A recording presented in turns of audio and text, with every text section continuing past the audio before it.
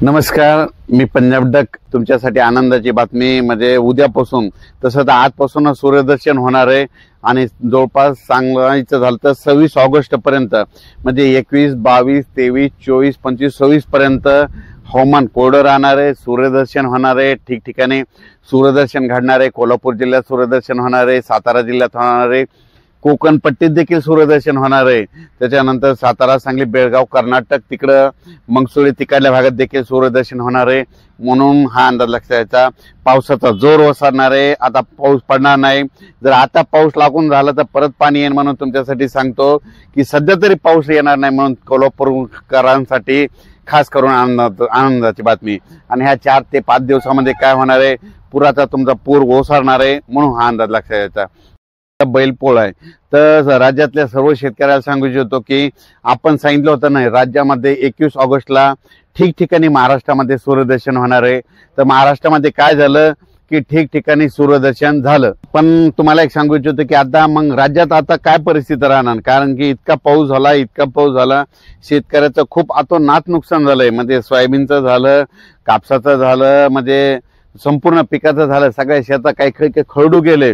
पण शेतकऱ्याला सांगू इच्छितो की आता ना जवळपास मध्ये आज 21 तारखेपासून म्हणजे सुरुवातीला आपण काय करू की पूर्व विदर्भाकडे जाऊ, म्हणजे 21 पासून पूर्व आणि पश्चिम मध्ये 6, 5, 11 जिल्ह्यामध्ये सांगतो की 21 ऑगस्ट, 22 ऑगस्ट आणि 23 ऑगस्टच्या दरम्यान म्हणजे भंडारा जिल्हा झालं, वर्धा जिल्हा झालं, नागपूर जिल्हा झालं, अमरावती जिल्हा झालं, अकोला जिल्हा, यवतमाळ जिल्हा, चंद्रपूर, त्याच्यानंतर अमरावती जिल्हा, बुलढाणा जिल्हा, वाशिम जिल्हा, हिंगोली जिल्हा आणि इकडे यवतमाळ जिल्हा।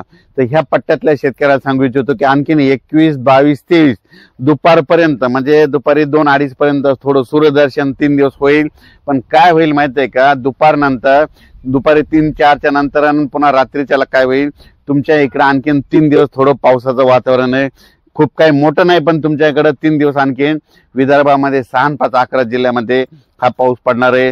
म्हणून खास करून हा अंदाज विदर्भातल्या शेतकऱ्यांनी लक्षात घ्यायचा। म्हणजे परत एकदा सांगतो, बुलढाणा जिल्हा, अकोला जिल्हा, वाशिम जिल्हा, हिंगोली जिल्हा, त्याच्यानंतर यवतमाळ जिल्हा, चंद्रपूर जिल्हा, वर्धा, नागपूर, भंडारा, गोंदिया, चंद्रपूर म्हणजे या सगळ्या जिल्ह्यातल्या शेतकऱ्यांनी सांगायचं म्हणजे आज 21 ऑगस्ट, 22 ऑगस्ट आणि 23च्या दरम्यान 3 दिवस सूर्यदर्शन राहणार आहे।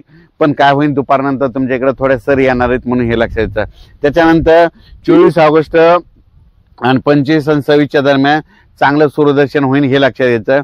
पण तुम्हाला एक सांगू इच्छितो की तुमच्या म्हणजे पूर्व विदर्भामध्ये, पूर्व पश्चिम म्हणजे 6, 5, 11 जिल्ह्यामध्ये असा खूप काय असा पाऊस एकदम उघाड देणार नाही।